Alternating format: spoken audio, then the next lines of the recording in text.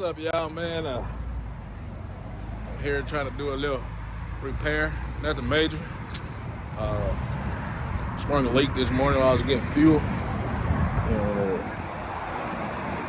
on my coolant lines. Well, I wouldn't even say lines, but I was sprung a coolant leak. And so I called myself gonna repair it, which is not a hard job, don't get me wrong.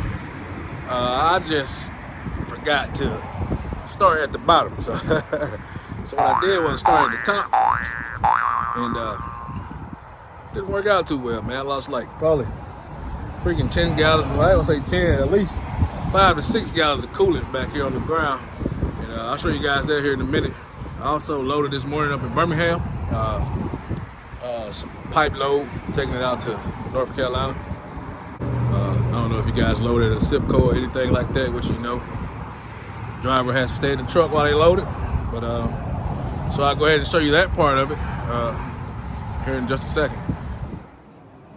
All right, so here's what not to do when you're gonna replace these pieces of silicone on your semi. This is the bottom piece where I'm supposed to start it. Take this off and let the coolant drain into my bucket. As you can see, there's my 5-gallon bucket, almost full of coolant, and the rest of my coolant there on the ground. Not a smart idea. So yeah, as I say, I started up here first, but I should have started at the bottom. So as the young man once said, my pocket's up in the air. Well, my pocket's down there on the ground right now, so I'm gonna have to go get a case of coolant and fill this thing back up, maybe a case and a half. I don't know. I like to keep some extra in the truck just in case anything happens. But yeah, look at that. That's all my coolant down there, man. I don't think they have like an environmental thing about coolant nowadays because it's not. All right, so like I said, I'll show you the load here. This is it. Going up to Holly Springs, North Carolina. So yeah, we'll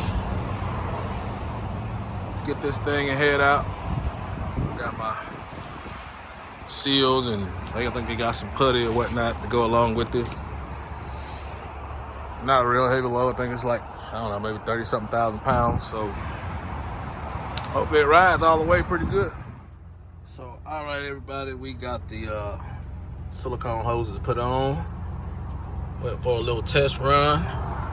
The engine's pretty hot, so I don't see any leaks. But definitely, if you guys are gonna replace this on your truck, man, make sure you start at the bottom.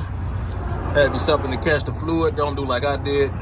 Start up here, and I am 9.5 gallons later of coolant. So yeah, I wasn't able to save any, and that was really a learning lesson right there.